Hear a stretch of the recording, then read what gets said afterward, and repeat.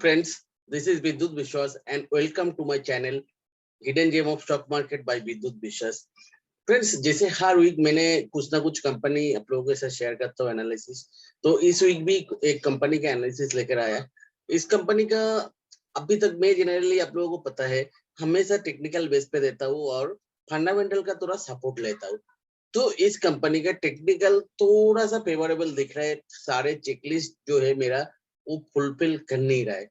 तो अभी तो हम लोग एंट्री नहीं करेंगे, मतलब नहीं करेंगे ऐसा नहीं, कितना कुछ कुछ परसेंटेज तक एंट्री करेंगे और क्यों एंट्री करेंगे और कौन सा लेवल पे फिर से फुल एंट्री करेंगे, ईच एंड एवरीथिंग डिस्कस करेंगे। लेकिन ये कंपनी तब मेरा सारे चेकलिस्ट फुलफिल नहीं हो रहा है, तब भी क्यों लेकर आया इस कंपनी। एक्चुअली मैं कोई एक दूसरे कंपनी का चार्ट बहुत अच्छा लग रहा था, उसका मैंने थोड़ा रिसर्च कर रहा था जो फंडामेंटल बेसिस पे ऐसा कुछ।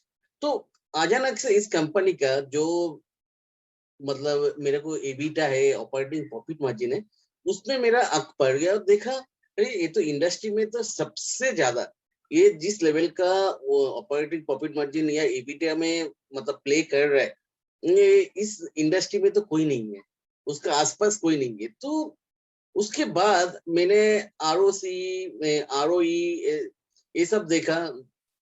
तो देखा वो भी मतलब अमेजिंग है। तो रिटर्न ऑन मतलब equity, return on capital employed, ये सब में मतलब इसका एक इस इंडस्ट्री में तो कोई इसका आसपास भी नहीं है। और उसके बाद मैंने चलो चलो ये तो हो गया, सेल्स ग्रोथ देख लेते हैं। वो भी देखा, अरे ये तो जिस रेट से ये ग्रो कर रहा है तो ये तो बहुत ज्यादा है। आपको थोड़ा उस जगह पे लेकर जाते हैं जिसे देखो मैंने कुछ इस जगह पे अगर पी देखेंगे इधर, जैसे इस इंडस्ट्री में बहुत सारे कंपनी जैसे UPL, pi industry almost market leader, Sumitomo chemicals भी है, ये हाई मार्केट कैप ये लोग मतलब है हाई मार्केट कैप में। तो यूपीएल का सेल्स का आसपास तो कोई नहीं है। तो अभी जैसे देखेंगे इसमें रैलीज भी बड़ा प्लेयर है, लेकिन वो मतलब लगभग small cap to mid cap का रेंज में आता है। स्मॉल इधर लार्ज कैप में Sumitomo chemicals, PI industries, UPL ये सब आते हैं, बड़ा बड़ा प्लेयर है इससे। लेकिन ये ऑपरेटिंग प्रॉफिट मार्जिन और मेरे को मतलब एबिटा में उतना ज्यादा डिफरेंस लगता नहीं है, क्योंकि एबिटा शायद ऑपरेटिंग प्रॉफिट मार्जिन से एबिटा थोड़ा ज्यादा भी हो सकता है बहुत टाइम, क्योंकि बहुत टाइम अदर्स इनकम आता है। तो हमेशा ऑपरेटिंग प्रॉफिट मार्जिन देखना एबिटा से मैं बिलीव करता हूँ वो ज्यादा अच्छा है। मतलब कंपनी ऑपरेटिंग कितना एफिशिएंटली ऑपरेट कर रहे हैं। तो आप अगर देखोगे इस जगह पे यूपीएल का ऑपरेटिंग प्रॉफिट मार्जिन 21 है, ये पीआई इंडस्ट्रीज का 22 है, उसके सुमितोमो केमिकल्स में 18.67 है और रैलीस में इसका 12.61 है ओनली, और भारत रसायन का 22 है और धनुका एग्रोटेक ये भी बहुत अच्छा कंपनी है। तो इसका भी 20 के नीचे है। लेकिन इसका देखो 28.21 है, जिसका आसपास भी कोई नहीं है, कोई भी कंपनी से ज्यादा 7% ज्यादा मार्जिन कमा रहा है। चलो अभी इसका आरओ आरओसी आरओई देखोगे तो इस जगह पे यूपीएल का जो मार्केट लीडर है इधर 13 ओनली और आरओई 15। तो इस जगह पे थोड़ा सा सुमिटोमो केमिकल का आरओसी आरओई अच्छा है, उसके बाद धनुका एग्रीटेक आते हैं। लेकिन आप देखो इसका देखो 52 आरओसी और आरओई 41.6। तो मतलब आप समझ सकते हो मतलब इस कंपनी कौन सा जगह पे बिलीव करता है। जैसे कोई कोई बोलता है चलो मतलब अब इसका एबिटा देख लें, एबिटा कितना मतलब है उसको देखना चाहिए। और कोई को बोलते नहीं कुछ भी वो नहीं है, आरओसी कौन सा कंपनी एफिशिएंटली आरओसी निकल रहा है वो मतलब अच्छा है। तो इसलिए मैंने सोचा चलो इतना ज्यादा मेरा मन में एक क्वेश्चन आया जी, इतना ज्यादा ये कैसे कमा रहा है, क्या रीजन है इसके पास। ऑब्वियसली कोई कंपनी, और देखो ये सिर्फ एक ईयर का बात नहीं है, जो जितना लेवल का ये कंपनी नया नया लिस्टेड हुआ बहुत ज्यादा दिन का तो डेटा अवेलेबल नहीं है, लेकिन तब भी 2017 से अवेलेबल है। देखो 2017 में भी 27% था ईयरली। मार्च हम लोग सबको पता है मतलब 18-19 में एक स्लो डाउन आया था इंडस्ट्री में, और 20 में मतलब कोविड का भी एक क्राइसिस था। तो तब भी देखो अभी थोड़ा सा मार्केट फेवरेबल हो रहा है, ओपन हो रहा है, फिर से वही स्टेज पे वापस आ गया 28% ऑपरेटिंग प्रॉफिट मार्जिन, जो मतलब बहुत ही बड़ा बात होता है, जैसे इस इंडस्ट्री का लीडर्स भी इतना कर नहीं पा रहे। तो ऑब्वियसली हम लोग मतलब ये कंपेयर कर सकते, देखो रिटर्न ऑन इक्विटी आपको, आरओई जैसे लास्ट 3 इयर्स का मतलब कैगर सीएजीआर आपको 35 है, तो लास्ट 3 इयर्स का से मतलब कंपाउंड प्रॉफिट ग्रोथ 60% है, लास्ट 3 इयर्स का सीएजीआर आपको 38 है सेल्स ग्रोथ का। तो कंपनी तो कंसिस्टेंटली ग्रो कर रहा है सेल्स प्रॉफिट, और इसका इतना कॉन्स्टेंटली ग्रो करने के बाद भी ऑपरेटिंग प्रॉफिट मार्जिन को मतलब इंडस्ट्री बेस्ड लेवल पे कैसे मेंटेन कर रहे हैं, क्या है इसका।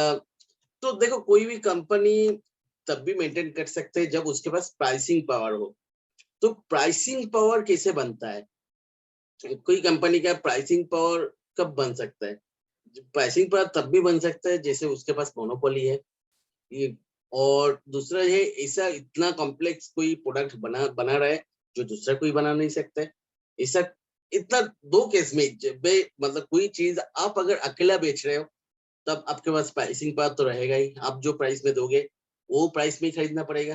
तो ऐसा कुछ है क्या, क्योंकि मैं सोचा चलो इतने सारे मतलब है तो मार्केट में, इंडिया मार्केट में यूपीएल जैसे जाइंट है, तो उसके बाद आपका पीआई इंडस्ट्री से, सुमितोमो केमिकल से, रैली से, भारत रसायन है, धेनुका एग्रीटेक है, इतना इतना बड़ा बड़ा कंपनी रहते हैं।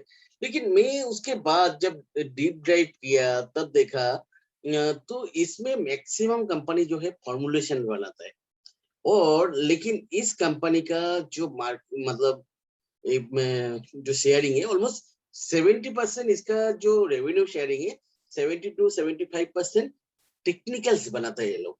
टेक्निकल्स अभी क्या चीज होता है, टेक्निकल्स ये होता है जैसे कोई आप फॉर्मुलेशन बना रहे हो, बहुत सारे टेक्निकल्स को मिला के एक फॉर्मुलेशन बनता है।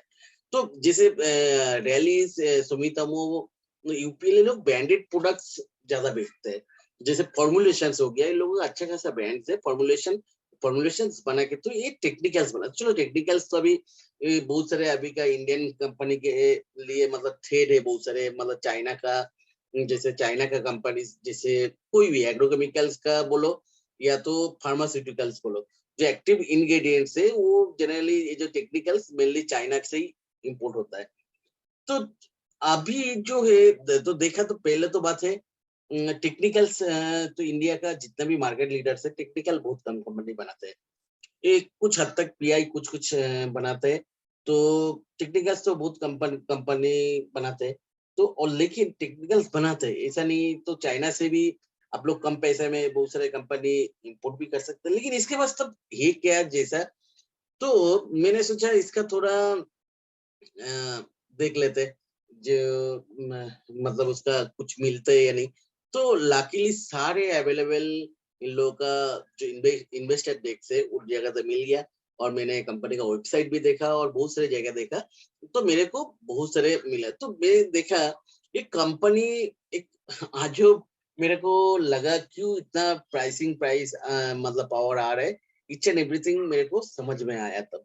एक्चुअली ये कंपनी क्या है, ये आर&डी के पीछे बहुत ज्यादा एक्सपेंस करते हैं, लेकिन आर&डी जो है ना वो थोड़ा दूसरे तरह से आर&डी को यूज करता है ये, मतलब ऐसा नहीं है कोई एकदम नया प्रोडक्ट बना के पेटेंट ले रहे हैं, ऐसा नहीं है।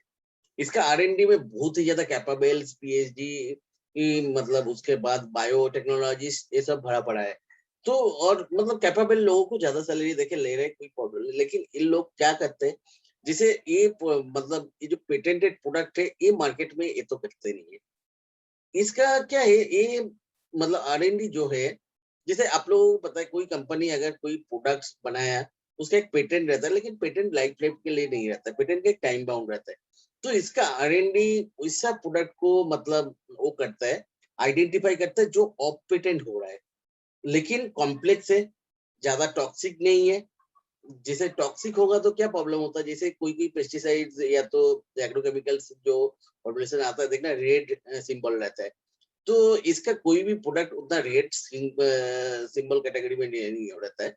तो रेड सिंबल कौन सा प्रोडक्ट में रहता है, जैसे वो रहता है जिसे जो ऑब्जर्वेशन में हमेशा रहता है, तो ज्यादा टॉक्सिक होता है और कभी भी बैंड हो सकता है। तो इन लोगों का रिपोर्ट के हिसाब से उतना कोई भी नहीं है, लेकिन तो ये लोग जैसे क्या करते हैं, वैसा प्रोडक्ट को आइडेंटिफाई करते हैं और बहुत ज्यादा कॉम्प्लेक्स है, और कॉम्प्लेक्स होगा और एडवांस केमिस्ट्री लेवल का होगा, उसमें क्या होता है, एंटी वेरियर आ जाता है। तो एंटी वेरियर आ जाता है तो दूसरा कंपनी उसमें उतना ज्यादा एंट्री कर नहीं पाएगा। दूसरी बात है, ये जो पेस्टिसाइड्स ये सब का कंपनीज जो होता है ना, पेस्टिसाइड्स, हर्बिसाइड्स, ये सब में मतलब इन्वायरमेंटल रेगुलेशन ये सब इतना स्ट्रिक्ट होता है। कोई भी नया प्लेयर आएगा वो सब बनाने के लिए कॉम्प्लेक्स केमिस्ट्री, तो उसके तो सारे अप्रूवल, पॉल्यूशन कंट्रोल बोर्ड ये सब का अप्रूवल लेते ही बहुत टाइम चला जाता है। लेकिन देखो इस जगह पे जैसे अभी मैंने देखा क्यों इतना स्ट्रांग है, अभी मैं एक एक करके आप लोगों को बताएंगे। तो देखो इसके पास 22 एग्रोकेमिकल टेक्निकल्स है, जो मैं बोल रहा था, 22 agrochemical technicals and 125 formulation for sale in India. तो इंडिया में सेल करने के लिए 125 फॉर्मुलेशन है, और इसके पास टेक्निकल भी अपना है। तो फॉर्मुलेशन जो है, वो फॉर्मुलेशन बनाने के लिए जो टेक्निकल होता है उसका वर्टिकल इंटीग्रेशन आ जाता है। तो ऑब्वियसली तो जैसे बहुत सारे कंपनी को रॉ मटेरियल दूसरे कंपनी से लेना पड़ता है या तो चाइना से लेना पड़ता है।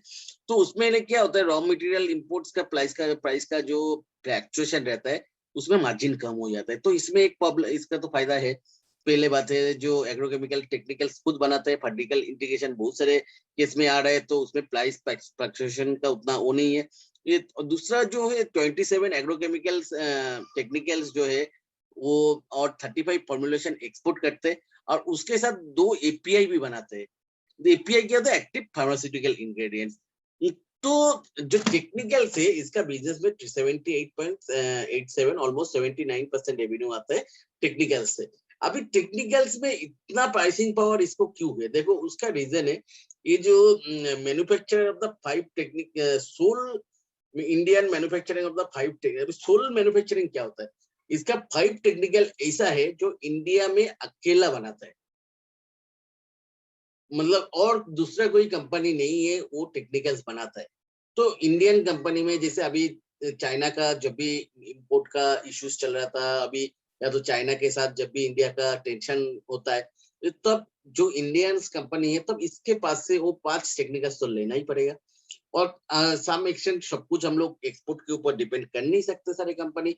तो इसका जो 5 टेक्निकल्स का सोल ओनली वन मैन्युफैक्चरिंग है, तो उसलिए इसके पास इतना प्राइसिंग पावर है। दूसरा, वो वर्ल्ड का भी टॉप 5 मैन्युफैक्चरर में आता है वो टेक्निकल्स के लिए।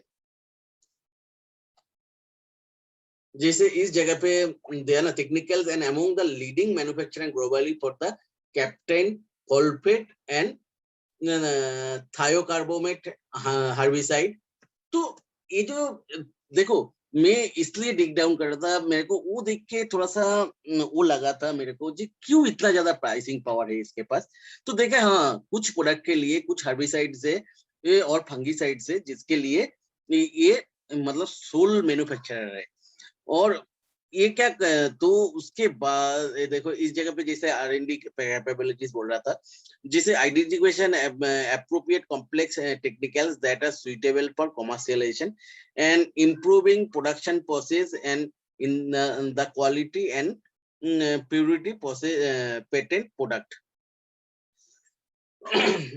तो इसका क्या होता है, जैसे मैं पहले ही बोल रहा था, जैसे ऑफ पेटेंट हो जाता है उसे कॉम्प्लेक्स प्रोडक्ट मतलब आइडेंटिफाई करते हैं और वो लोग मतलब मॉनिटरिंग करते हैं कब उसका पेटेंट ओवर हो रहा है। तो उसके पहले ही इसका R&D टीम रहे उसका एकदम जैसे प्योरिटी और उसका जैसे क्वालिटी ये सब मतलब बना लेता है। दूसरा जो है इसके साथ मतलब टॉप ये जैसे बहुत सारे प्रोडक्ट को मतलब ग्लोबली सप्लाई करता है, ग्लोबल जो जायंट्स है, देखो मैं दिखाते सब इसका बहुत सालों से इसका मतलब क्लाइंट है, जैसे सिंजेंटा, यूपीएल, एसेंजा, कॉन्क्वेस्ट, ये सब जो बड़ा शारदा कॉर्पकेम्स। सो ये जो वर्ल्ड वाइड जो एग्रोकेमिकल्स का जाइंट है, इसका बहुत दिन से क्लाइंट है एज पर देयर क्लेम।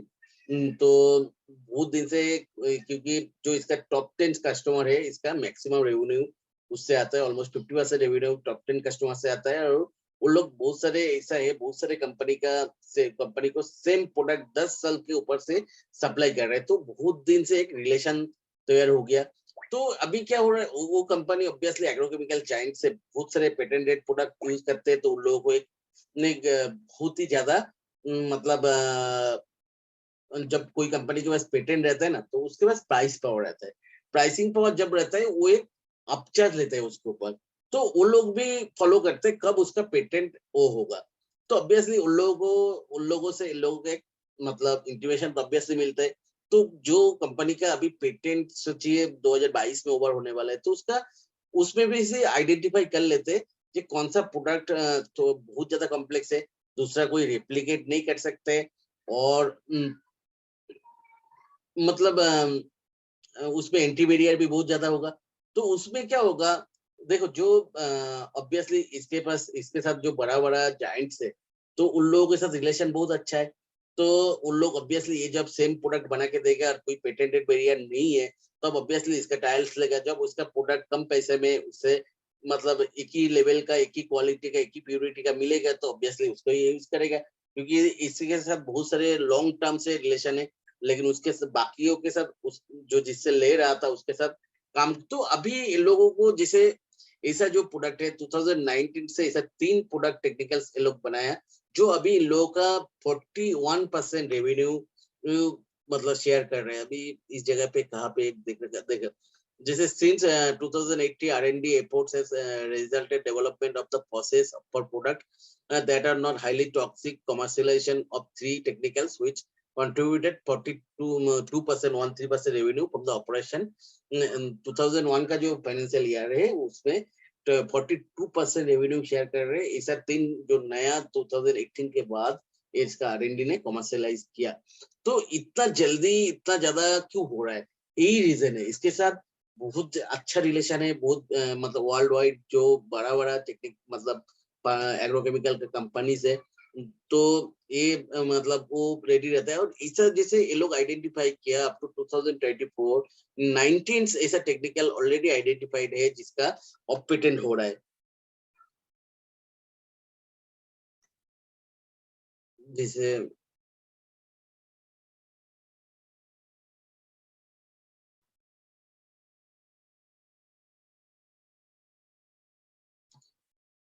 देखिए इस जगह पे दिया है 2019 से 2026 तक 19 ऐसा टेक्निकल्स जो अब पेटेंट होगा, और उसका 4.2 बिलियन मार्केट साइज है। तो ऑब्वियसली इसका एक बड़ा पोर्शन, ऑब्वियसली तो इसका ग्रोथ जो प्रोस्पेक्ट है बहुत ज्यादा है। और दूसरा इसका अगर देखो प्रोडक्ट बास्केट तो बहुत अच्छा है, वो तो देख लिया। दूसरा जो मेरे को अच्छा लग रहा है, ये जिस जगह पे है मेनली हार्बिसाइड्स और हार्बिसाइड्स और फंगिसाइड्स में। अभी वर्ल्ड वाइड हार्बिसाइड्स और फंगिसाइड्स पे देखो मार्केट तो ग्रो कर रहा है, वो तो नहीं है। देखो सब जगह पे जैसे इसका अगर फंगिसाइड्स अगर देखोगे तो 5% के हिसाब से मार्केट ग्रो कर रहे हैं, और उसे उसके हिसाब से करेगा 2024 तक। लेकिन हर्बिसाइड्स जो है, जो इसका मेन और 2-3 हर्बिसाइड्स का सोल मैन्युफैक्चरर है, उसका मार्केट साइज सबसे बड़ा है। यूएसडी 15.1 बिलियन था 2014 में, अभी जो 2019 में 18.5, और expected to grow almost 7% rate से। और इंसेक्टिसाइड्स जो है वो भी 5.1 का, लेकिन सबसे बड़ा मार्केट तो आपका हर्बिसाइड्स का ये, और इसका ये बहुत सारे हर्बिसाइड्स टेक्निकल का सोल मैन्युफैक्चरर है। और वर्ल्ड वाइज भी देखेंगे, देखो एशिया पैसिफिक तो, और जो Europe, rest of the world, north America जो है, नॉर्थ अमेरिका जो है उसमें सब में देखो आपका मतलब हर्बिसाइड्स और फंगिसाइड्स का यूज ही सबसे ज्यादा है। तो ये बहुत सारे हर्बिसाइड्स और फंगिसाइड्स का मतलब सोल मैन्युफैक्चरर है इंडिया में, और वर्ल्ड का भी टॉप 5 मैन्युफैक्चरर में आता है। तो अभी आप लोगों को समझ में आ गया जरूर क्यों इतना ज्यादा प्राइसिंग पावर है। चलो अभी सिर्फ प्राइसिंग पावर से चलता नहीं, इसका तो मतलब जो है ऑब्वियसली देखो मैन्युफैक्चरिंग कैपेबिलिटीज कैसे बढ़ रहा है, इसका कैसे एग्रेसिवली एक्सपेंड कर रहा है, इसका एक थोड़ा सा ये छोटा डेटा से पता चलेगा। देखो इसका जो है पहले मैन्युफैक्चरिंग यूनिट 2 है, देवा रोड ऑलमोस्ट पास पास, ये देवा दोनों यूपी में है। ये संदीला और देवा रोड में, तो उसका इंस्टॉल कैपेसिटी यूटिलाइजेशन देखो, देवा रोड जो फैक्ट्रीज है वो छोटा फैक्ट्रीज है और उसको मतलब मेट्रिक टन 2100 मेट्रिक टन का कैपेसिटी है, तो वही था, कभी एक्सपेंड उतना हुआ नहीं, और वो देखो ऑलमोस्ट 95% मतलब यूटिलाइजेशन पे चल रहा है। और जो ये संदीला का जो फैक्ट्री है, FY19 में 7900 मेट्रिक टन का जो है कैपेसिटी था, और उसका कैपेसिटी हो गया FY20 में 12,400, और FY21 में था 17,400, और वो लगभग 75 to 80% कैपेबिलिटी से चल रहा है। तो इसका देखो और भी मतलब फ्यूचर में और भी एक्सपेंशन का मतलब प्लान है। ऑब्वियसली देखो aggregated install capacity of the 19,500 metric tonne of technicals and 6,500 metric tonne of formulation. तो और future further permission for MOE in place expand, तो संदीला जो संदीला फैसिलिटी है उसको और भी एक्सपेंड करके जो अभी 17,400 का है उसको 30,000 मेट्रिक टन में लेके जाएगा। तो और दूसरा इसका मतलब इन लोगों का ऑब्वियसली प्लान है, और बहुत सारे टेक्निकल्स ऑलरेडी मतलब ये लोग आइडेंटिफाई करके रखा है, जो ऑपरेटेड होने वाला है, कॉम्प्लेक्स है, इंटरमीडिएट है, और ऑब्वियसली इसके साथ जो एंड प्रोडक्ट यूजर्स का मतलब रिलेशन है बहुत अच्छा है। तो ये सब का तो इसका बिजनेस तो बढ़ने वाला ही है, क्योंकि इतने ज्यादा एक्सपेंड कर रहे हैं और जिस रेट से एक्सपेंशन इसका हो रहा है, तो मतलब तो अमेजिंग है। तो टेक्निकल्स का बिजनेस इसका मेन है, ऑलमोस्ट 80% बिजनेस उधर से ही आ रहा है, और फॉर्मुलेशन में भी मतलब अभी जो देवा रोड वाला फैक्ट्री है उसमें ऑलमोस्ट 89%, लेकिन संजीला तो इसका फॉर्मुलेशन पे बहुत ज्यादा अभी काम करना पड़ेगा, और उन लोग देखो उतना एक्सपेंशन कर भी नहीं रहे फॉर्मुलेशन में, तो फॉर्मुलेशन में बिजनेस लगभग स्टेगनेंट, लेकिन टेक्निकल्स में ये लोग बहुत ही अच्छा करने का चांस तो जो दिख रहा है मेरे को। और दूसरा थोड़ा फाइनेंशियल भी देखो कैसे बढ़ रहे हैं, CAGR में सेल्स ग्रोथ हो रहा है 46% का रेट से, और क्वार्टर ऑन क्वार्टर बेसिस पे मतलब ईयर ऑन ईयर बेसिस पे 46% सेल्स ग्रोथ हुआ, क्वार्टर ऑन क्वार्टर बेसिस पे आपको 28% सेल्स ग्रोथ हुआ, जो काफी अमेजिंग है। तो एबिटा भी जो मैं बोल रहा था, देखो एबिटा भी, मैं तो ऑपरेटिंग प्रॉफिट मार्जिन बोल रहा था, देखो एबिटा हमेशा ज्यादा होता है क्योंकि थोड़ा सा आधा इनकम भी मतलब ऐड होता है। देखो इसका एबिटा 30% का आसपास मेंटेन कर रहे हैं हमेशा, जो इंडस्ट्री में बेस्ट है, और 35% इस साल में है, तो मतलब एबिटा तो मेंटेन कर रहे हैं और बढ़ भी रहा है। तो 3 क्वार्टर से अगर देखोगे लास्ट 3 क्वार्टर में 30, 29, 35%, और पैट मार्जिन भी वही हो रहा है। तो पैट मार्जिन मतलब आपका 21, 30, और पैट मार्जिन भी इस क्वार्टर में बढ़ा है। तो आप देखो हर मतलब एंगल से इसको मतलब अच्छा लग रहा है। रिटर्न जो रेशियोज में ऑलरेडी बता चुका है, वो भी देखो क्वार्टर ऑन क्वार्टर बेसिस में बढ़ रहा है। तो ईच एंड एवरीथिंग एक कंपनी का अच्छा है, तब भी क्यों नहीं इसका प्राइस देखो, ऑब्वियसली ज्यादा दिन ये लिस्टेड नहीं हुआ, तो इसका लेकिन लिस्टेड होने के बाद तो इसका तो चलना चाहिए था, क्यों अभी तक तब भी नीचे आया, ये भी मेरे मन में क्वेश्चन आया। तो मैंने बैलेंस शीट को और भी थोड़ा गट से देखा। देखो इस बैलेंस शीट में बहुत सारे चीज, एक चीज मेरे को तो बहुत ज्यादा ढूंढने के बाद जो मेरे को मिला, देखो फिक्स इसमें जो टोटल बैलेंस शीट में दो चीज होता है, एक तो लायबिलिटीज और एक होता है एसेट। एसेट जो है देखो, एसेट और लायबिलिटी मैच होता है हमेशा। तो इधर फिक्स एसेट तो चलो, फिक्स एसेट तो बढ़ रहा है, वो बहुत अच्छा चीज है, फिक्स एसेट जितना बढ़ेगा, लेकिन अदर एसेट में क्या क्या रखा वो मेनली चीज मतलब उड़ी सम चीज होता है। उसमें जो एक चीज है ट्रेड रिसीवेबल्स, मतलब जो चीज आपने बेच दिया, बैलेंस शीट में दिखा दिया, लेकिन अभी तक पैसा घर पे आया नहीं, वो चीज बहुत ही ज्यादा है। तो इसमें मेरे को एक आंसर तो ये है, शायद इसके लिए प्राइस उतना ज्यादा रिस्क मतलब ले नहीं रहे कोई मतलब। लेकिन ये क्या है, अभी टाइम बहुत खराब था। अभी कोई भी इंडस्ट्री में अब देखो, जो लोग बिजनेस करते हैं उसको भी पूछो, पैसा अभी आ नहीं रहा है, क्योंकि डोमेस्टिक मार्केट या तो कोई भी मार्केट में मनी का सर्कुलेशन उतना ज्यादा आफ्टर कोविड अभी तक भी नहीं है। तो ये कोई मेरा हिसाब से कोई ओडिट होने के बात नहीं है, उल्टा ये अपॉर्चुनिटी है। दूसरा ये और एक चीज मेरे को इसका जो पॉजिटिव लग रहा है, वो क्या है, वो है इसका share holding pattern. Share holding pattern में अगर देखेंगे देखो पब्लिक शेयर होल्डिंग में 32% ऑब्वियसली है, लेकिन इसमें से 30% ऐसा है जो ऑलमोस्ट मतलब जो देखो इस जगह पे तो प्रोमोटर्स का तो होल्डिंग है ही, ठीक है, प्रोमोटर्स का एक ह्यूज होल्डिंग्स है। तो वो जो अग्रवाल फैमिली है उसका ही है। अभी देखो इस जगह पे जो अदर्स में है पब्लिक होल्डिंग में भी किसका होल्डिंग्स है, देखो इंडियन पेस्टिसाइड लिमिटेड, तो उन लोगों का ही इंडियन पेस्टिसाइड लिमिटेड से दूसरा अकाउंट का 21% होल्डिंग है, और अग्रवाल फैमिली का ही होल्डिंग है। उसमें से एक है 3.3% जो नुपुर गर्ल है, शायद उस वो नहीं है। तो लेकिन मैक्सिमम मतलब प्रोमोटर्स और प्रोमोटर्स का फ्रेंड्स के पास ही सारे मतलब इसका होल्डिंग है। तो सोचो प्रोमोटर्स ग्रुप को कितना ट्रस्ट कंपनी के ऊपर होता है। तो ऑलमोस्ट 99% शेयर्स प्रोमोटर ग्रुप और प्रोमोटर का जो फ्रेंड्स है वो लोग होल्ड कर रहे हैं। तो मतलब इस कंपनी का तो मतलब अभी तक तो मेरा हिसाब से कुछ उतना कुछ नहीं है, थोड़ा सा ट्रेड रिसीवेबल्स उतना वो है। तो fundamental point of view industry में बेस्ट है और हम लोगों को तो अभी बहुत कम मार्केट कैप में इसको मिल रहा है, जिस हिसाब से प्राइसिंग पावर से सोल मैन्युफैक्चरिंग है, जिस हिसाब से इसको जो मार्केट को टारगेट कर रहे हैं और जिस हिसाब से फोकस R&D टीम है, तो इसका तो मैंने अभी थोड़ा जनरली क्या होता है टेक्निकल पे बहुत ज्यादा रिलाई करता हूँ, तो इसका टेक्निकल्स भी मतलब खराब तो है नहीं, तो थोड़ा टेक्निकल्स भी अभी डिस्कस करूंगा। लेकिन उसके पहले एक चीज आप लोगों को बता देता हूँ, मैं कोई सेबी रजिस्टर्ड एनालिस्ट नहीं हूँ, तो मैं मतलब आप लोगों को कोई रिकमेंडेशन नहीं दे रहा हूँ। मैं खुद का स्टडी जो करता हूँ कोई कंपनी में इन्वेस्ट करने के पहले, वो स्टडी आप लोगों के साथ शेयर कर रहा हूँ और उम्मीद करता हूँ इस स्टडी आप लोगों को अच्छा लगेगा, लग रहा है, और अच्छा लग रहा है तो मेरे को कमेंट्स करके बताओ। और आप लोगों को अगर खुद अच्छा लग रहा है, मेरे को फॉलो करना चाहते हो, तो नीचे डिस्क्रिप्शन बॉक्स में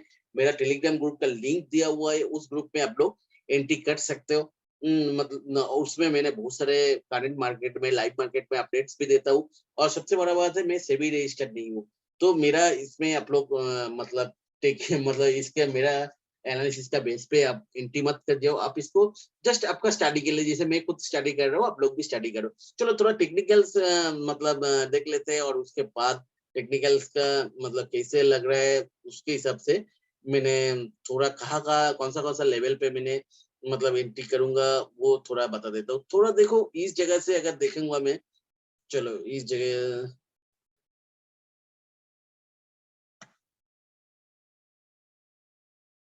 थोड़ा देख लेते हैं। देखो इस जगह पे जो लिस्टिंग हुआ था, लिस्टिंग के दिन एक तो ऊपर गया था, सबसे बड़ा बात है उस, लेकिन वो एक सप्लाई जोन बन गया था उस जगह पे नेक्स्ट 1 महीना।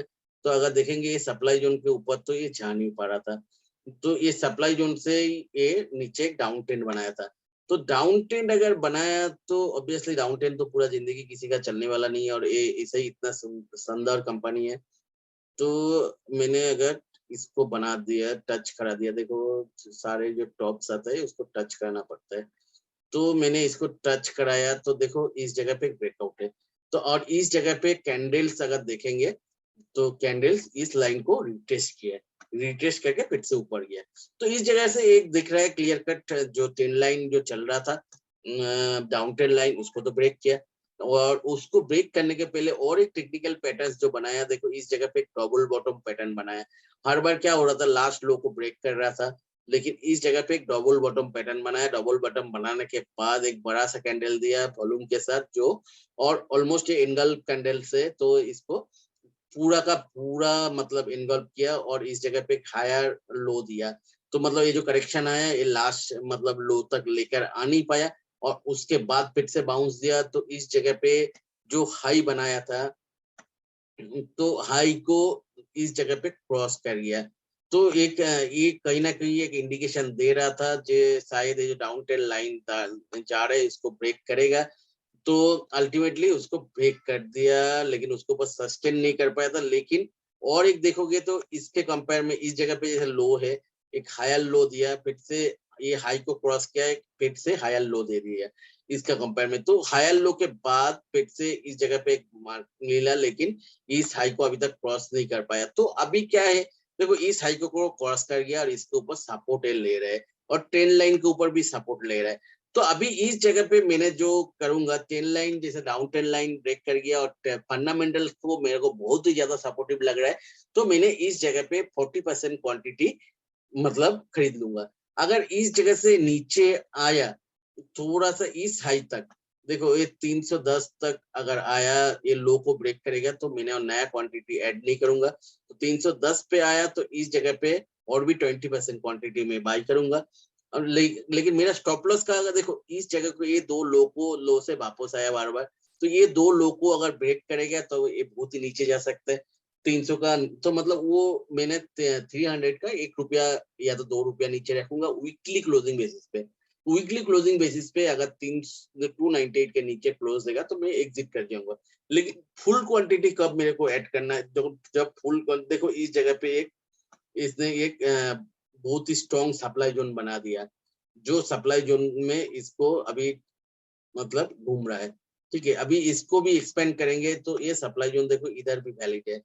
तो ये जो सप्लाई जोन है, ये सप्लाई जोन को क्रॉस करेगा तो मैं बाकी 40% मतलब एंट्री करूंगा। मेरे को लगता है एक क्रॉस करेगा, क्योंकि इस जगह पे देखो एक मेरे को एक्यूमुलेशन टाइप का लग रहा है, वॉल्यूम बढ़ रहा है। ठीक है, तो जो ग्रीन कैंडल्स आ रहे हैं उसमें वॉल्यूम तो बढ़ रहा है। तो इसका टेक्निकल्स तो स्टेप बाय स्टेप अब मैं क्या करूंगा, इस जगह पे 40% लूंगा, थोड़ा सा 310 का मतलब आसपास आएगा तो और 20% लूंगा, और ये 338 को क्रॉस करेगा तो और मतलब बाकी 40% मैंने ऐड करूंगा। तो इसका देखो फंडामेंटल्स बहुत अच्छा है, टेक्निकल्स भी पॉजिटिव हो रहा है, और हम लोगों को रिस्क भी अभी के करंट प्राइस के हिसाब से अगर 326 से रिस्क भी 8 to 8% के आसपास है, 7-8-9% के आसपास है, रिस्क भी उतना ज्यादा नहीं है। अगर मतलब स्टॉप लॉस हिट हो जाएगा तो मतलब सारे जगह से मेरे को तो ये कंपनी पॉजिटिव लग रहा है, क्योंकि dying trend line already break कर चुका है। तो अभी देखते हैं क्या होता है इसमें, क्योंकि मेरे को तो इसका फंडामेंटल्स जो है, प्राइसिंग पावर है, कंपनी जैसे फोकस्ड है, किस तरह का यार एकदम क्लियर कट है। मतलब इस सेगमेंट में मेरे को काम करना है, और वो ऑलरेडी मतलब फोकस करके रखा है। जैसा 19 टेक्निकल ऑफ पेटेंट हो रहा है ये 4-5 साल में, उसको मार्केट इसको कैप्चर करना है, और ऑलरेडी इसके पास कस्टमर बेस है। मतलब अमेजिंग है फंडामेंटल्स, एक चीज से नेगेटिव है बाकी, और मार्केट में उतना शेयर अवेलेबल भी नहीं है।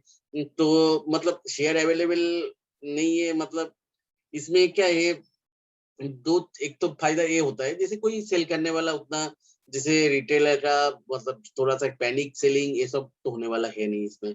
तो लेकिन इसमें क्या है, पैनिक, क्योंकि ये सब जो लोग प्रोमोटर्स और प्रोमोटर्स का फ्रेंड्स पकड़ के रखे हैं, लोग इतना आसानी से निकलता नहीं है कंपनी से, तो कंपनी का बहुत बड़ा कुछ होने वाला है। तो नहीं तो इतना इन्वेस्ट करके नहीं रखता था सब। तो चलो अभी मतलब बहुत बाद में रिव्यू करेंगे कंपनी को, अगर अच्छा नहीं होगा कितना ज्यादा देंगे, 10% देंगे, इसमें क्या है, उतना तो कुछ नहीं है। लेकिन फास्ट है इसका टेक्निकल्स और फंडामेंटल्स मेरे को अच्छा लग रहा है, उसके हिसाब से मैंने इसमें पोजीशन लूंगा। आप लोगों को भी अगर लेना है तो आप लोग भी खुद स्टडी करो, और मेरा स्टडी को मतलब एक रेफरेंस के हिसाब से रखो। चलो friends, bye bye, good night.